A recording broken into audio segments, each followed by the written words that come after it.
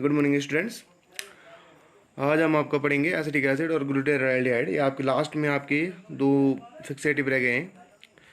देखिए इससे पहले आपका acetic acid, it causes the cells to swell, hence can never be used alone but should be used with fixative causing cell shrinking। देखिए आपका ये क्या करता है, आपका एसिटिक एसिड, और जब आप एसिटिक एसिड के सॉल्यूशन में किसी भी स्पेसिमेन को डालते हो तो वो क्या कर देता है, आपकी जो सेल्स होती हैं उनको क्या कर देता है, स्वेल कर देता है। स्वेल करने का मतलब आपकी सेल्स के अंदर इस उतने अमाउंट में चला जाता है कि आपकी जो सेल का जो वॉल्यूम होता है वो क्या हो जाता है, उस वॉल्यूम को कम्प्लीटली फिल कर देते हैं, जिस वजह से सेल क्या कर देती है, स्वेल हो जाती है। तो हम क्या करते हैं इसके साथ, इसको सिंगल यूज़ नहीं करते हैं, इसके साथ हम क्या डाल देते हैं, आपका कोई ऐसा फिक्सेटिव डाल देंगे जिसकी वजह से क्या हो जाता है, सेल श्रिंकिंग होती है। तो उससे क्या हो जाता है, आपका स्वेल भी होगा और आपका श्रिंक भी होगा, जिस वजह से आपको जो सेल का ये होता है साइज शेप होता है वो क्या हो जाता है, एकदम कांस्टेंट रहता है। उस पर क्या नहीं होता है, ना तो ज़्यादा स्वेल होता है ना तो ज़्यादा श्रिंक होता है। उसके बाद आपका एसिटिक एसिड की जो प्रॉपर्टी है वो क्या है आपकी, वो क्या करता है, आपकी जो सेल होती है उसको फिक्स रखता है। फिक्स रखने का मतलब उसके अंदर भी जितने भी आपके कंपोनेंट्स होंगे उस पर आपका ऑटोलाइसिस यानी कि जो प्रोटीन्स की वजह से होता है ऑटोलाइसिस रोक देगा, और आपका जो सेल्स में आने वाले बैक्टीरियाज होते हैं उनको क्या कर देगा, एसिडिक नेचर होने की वजह से वो जो आपके बैक्टीरिया हैं वहाँ पे सर्वाइव नहीं कर पाएंगे। एसिटिक एसिड जो होता है यहाँ पे हम क्या करते हैं, ये करते हैं, आपका जो उसका पीएच होता है वो लगभग 4 या 5 के बीच में लेते हैं। तो इसको ज़्यादा डाइल्यूट नहीं करते हैं, ज़्यादा डाइल्यूट कर देते हैं तो हम क्या करते हैं, आपका न्यूट्रल की तरफ आ जाता है। तो ज़्यादा डाइल्यूट नहीं करते, इसको नॉर्मल रखते हैं, डाइल्यूशन ज़्यादा नहीं है इसमें, ये चीज़ याद रखिएगा। क्योंकि अगर आप एसिटिक एसिड का डाइल्यूशन ज़्यादा देते हो तो क्या हो जाएगा, उसका पीएच होता है वो नॉर्मल क्या आपका न्यूट्रल की तरफ आ जाता है, और न्यूट्रल हो जाएगा तो फिर आपको क्या नहीं कर पाएगा, वो आपके जो बैक्टीरिया होते हैं तो उसमें आराम से अटैक कर जाएंगे।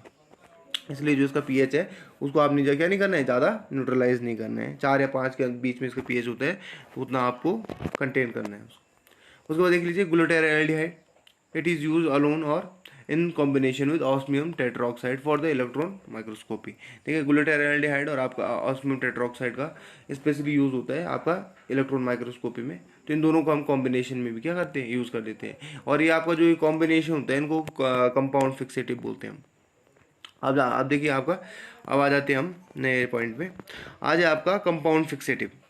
देखिए कंपाउंड फिक्सेटिव क्या होते हैं आपके, कंपाउंड फिक्सेटिव आपके होते हैं जब हम क्या करते हैं 4 या 5 आपके जो फिक्सेटिव होते हैं, डिफरेंट डिफरेंट टाइप के फिक्सेटिव्स होते हैं, उनको हम एक साथ क्या करते हैं, मिक्स करते हैं, और उसके बाद उसमें हम क्या करते हैं, फिक्स करते हैं अपने टिश्यू को या आपका स्पेसिमेन।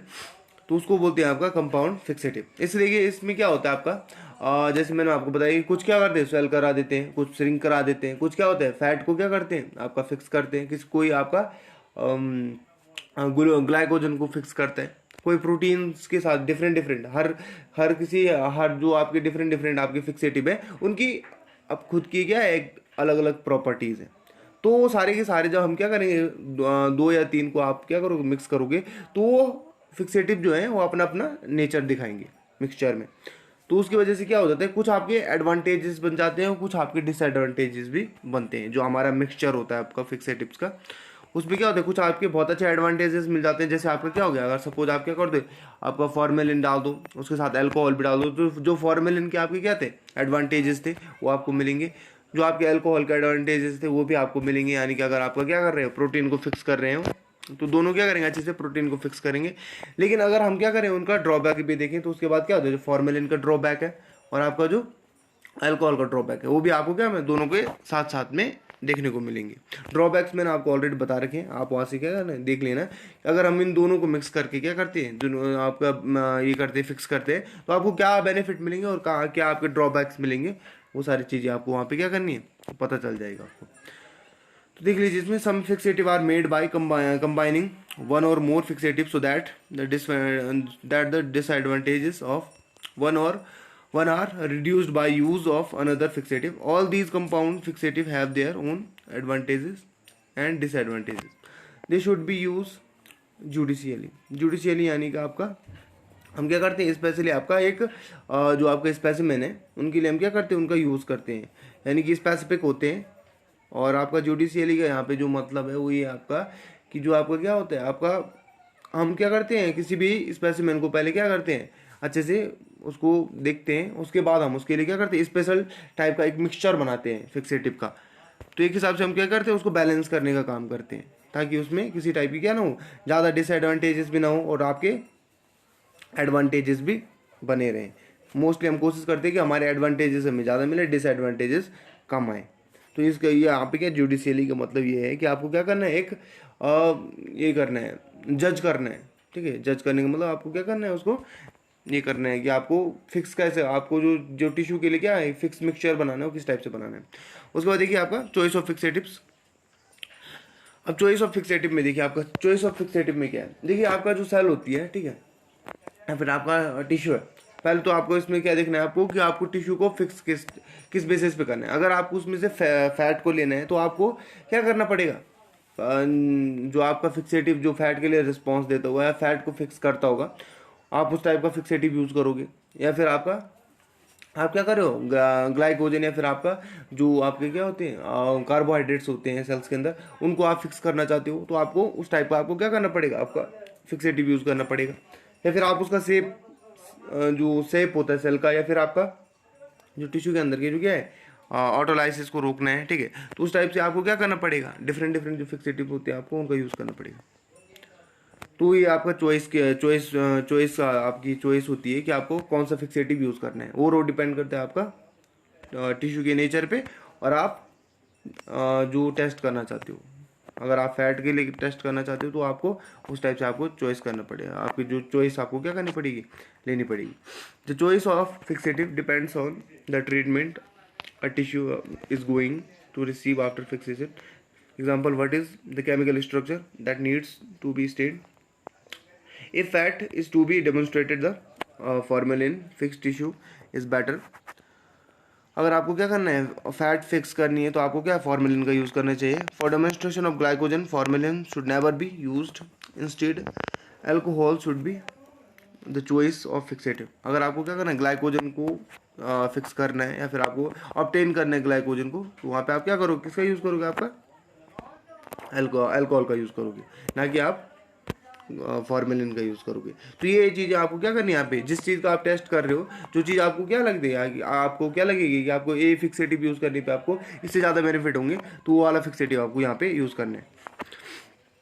अब इसमें देखिए आपका preparation of the specimen for fixation. आपको देखिए प्रिपरेशन कैसे करनी है आपने स्पेसिमेन की।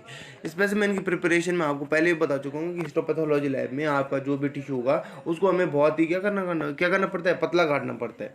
पतला क्यों काटना पड़ता है, ताकि क्योंकि आपका क्या होता है फिक्सेटिव जो हो उसको अच्छे से उसकी जो सेल्स होती है हर सेल्स तक क्या हो पाए, उसकी रीच हो, उसके बाद उसको क्या कर पाए वो फिक्स कर पाए हर सेल को। वन अदरवाइज क्या हो जाती है, बहुत सारी सेल्स क्या हो जाती है ऑटोलाइसिस के थ्रू क्या हो जाती है, डिस्ट्रॉय हो जाती है, जिससे कि आपको बाद में टेस्ट में क्या नहीं मिलेंगे, बेटर रिजल्ट्स नहीं मिलेंगे। तो इसलिए हमें क्या करना पड़ता है, उसको साइज, सबसे पहले हमें क्या करना पड़ता है, साइज को देखना पड़ता है। उसके बाद साइज को देखने के बाद हमें क्या करना पड़ता है, रेशियो देखना पड़ता है कि आपका जो रेशियो है आपको कितना आप अमाउंट डालना है, स्पेसिमेन को जो अमाउंट होगा उसके बेसिस पे आपको कितना अमाउंट आपको करना है फिक्सेटिव का ऐड करना है, तब जाके वो उसको क्या कर पाएगा, फिक्स कर पाएगा। हमें ज़्यादा डाइल्यूशन नहीं देना है, अगर ज़्यादा डाइल्यूशन दे दोगे तो आप क्या हो जाएगा, जो आपकी प्रॉपर्टी है आपकी फिक्सेटिव की वो क्या होगी, कहीं ना कहीं लूज होगी। तो अगर आप, और उसके बाद टेम्परेचर भी एक बड़ा फैक्टर है यहाँ पे, क्योंकि टेम्परेचर से क्या होता है मोटिलिटी बढ़ती है, आपके फिक्सेटिव की जो एटम्स होते हैं उनकी मोटिलिटी बढ़ती है, और वो सेल्स के अंदर क्या करते हैं, पेनिट्रेट करती है। जो पेनिट्रेशन पावर होती है किसी भी फिक्सेटिव की वो टेम्परेचर पर डिपेंड करती है। तो ये चीज़ें भी हमें वहाँ पे क्या करनी पड़ती है, आपका ध्यान रखनी पड़ती है। तो देखिए सबसे पहले आपका for achieving good fixation is it is important that the fixative penetrates the tissue well, hence that tissue section should be less than 4 mm thick, so that fixation fluid penetrates from the periphery to the center of tissue. For fixation of large organ, perfusion method is used. Fixative is injected through the blood vessels into the organ. For the hollow viscera, fixative is injected into the cavity, urinary bladder and eyeball. अब देखिए आपको यहाँ पे क्या है कि आपको क्या होना है, साइज क्या होना चाहिए, आपका बहुत पतला होना चाहिए, ताकि आपकी जो टिश्यू की पेरिफेरी है उसके उसकी जो जो आपका टिश्यू है उसका जो सेंटर है उसकी चारों तरफ क्या आ पाए, आपके हर सेल तक क्या हो, आपकी जो फिक्सेटिव की वो रीच हो। इतना आपको पतला काटना है, क्योंकि अगर आपका वो क्या नहीं हो पाएगा, हर सेल तक नहीं पहुंच पाएगा, तो क्या हो जाएगा, आपकी जो जिन सेल तक वो नहीं पहुंच पाएगा वहाँ पे ऑटोलाइसिस हो जाएगी और आपकी जो सेल्स होंगी वो डिस्ट्रॉय हो जाएगी। नाउ सेकंड पॉइंट, आपको क्या करना है, जो आपके क्या होते हैं ऑर्गन्स होते हैं, देखिए हमारे हर ऑर्गन्स में क्या होती है, आपकी ब्लड वेसल्स होती हैं, ब्लड कैपिलरीज होती हैं, उनके थ्रू क्या होता है, हमारी हर एक ऑर्गन तक या हर एक सेल तक क्या जाता है, आपका फूड जाता है या फिर आपका ब्लड जाता है। तो उन्हीं उन्हीं जो आपकी वेसल्स होती है, ब्लड वेसल्स, ठीक है, वो आर्टरी है आपका जिस जो भी आपकी कैपिलरीज है, उनके थ्रू हम क्या करते हैं, फिक्सेटिव को एंटर करवाते हैं, क्योंकि आपका जो वे होता है सेल तक पहुंचने का आपका वही होता है। आई होप आपके यहाँ पे समझ में आया होगा कि आपकी जो ये आपका जो ये ब्लड वेसल्स है ये कहाँ से आई, क्योंकि आपके हर ऑर्गन में क्या होती है, आपकी ब्लड कैपिलरीज होती है जो आपकी सेल्स तक क्या पहुँचाती है, आपका ब्लड पहुँचाती है, तो उन्हीं के थ्रू आपका फिक्सेटिव भी क्या करता है, हर सेल तक पहुँचता है।